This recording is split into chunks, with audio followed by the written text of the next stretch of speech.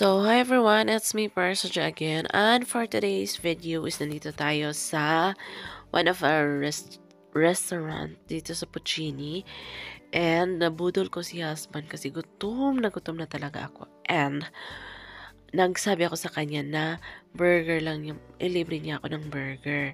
So, pagdating namin dito is akala namin may burger but puro pork. So, since hindi kami kumakain ng pork, and then, ang sabi niya, oh sige, let's pizza na lang.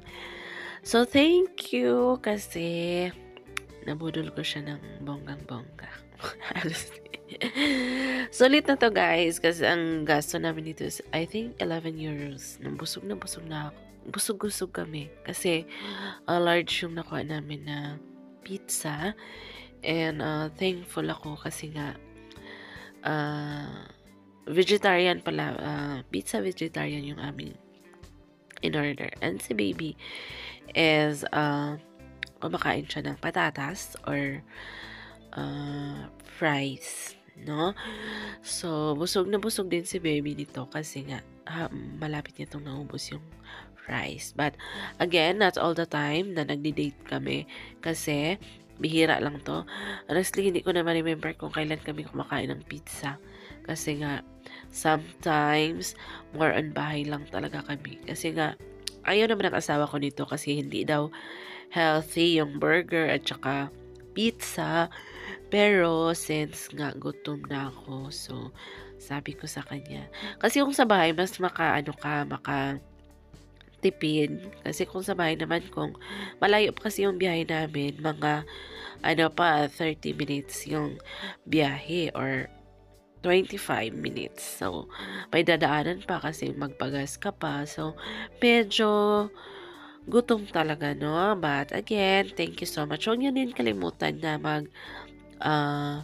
mag-date sometimes. But again, piliin nyo pa rin kung ano yung mas healthy para sa inyo, no? So again, yung aking anak is gustong-gusto niya yung patatas, and thankful tayo kasi sumabay siya sa agos ng buhay. And again, shout out pala sa Pinay na andito, si Mel Cheryl. Thank you sa pag-entertain sa amin. Hindi namin siya na-videohan kasi nga busy siya and marami siyang mga customers, so bawal din sa kanila na mag-entertain ng matagal siguro sa customer, at may mga iniwasan din siya. So alam naman natin yung mga ganong scenario sa buhay. So to Cheryl, shout out to you and maraming salamat. Appreciate namin yung mag-asawa, yung pag-entertain sa amin. And right ko sa description below yung kanilang restaurant kasi hindi ko naman na-memorize guys kasi Rovatsky Restaurant Atlantica, I think so, but I'm not sure. Again, write ko sa description below para mapuntahan nyo din, at kasi i-transfer kayo sa Pinay kapag hindi nila maintindihan ang iyong order. So again, that's all for today's video. Thank you so much and God bless everyone.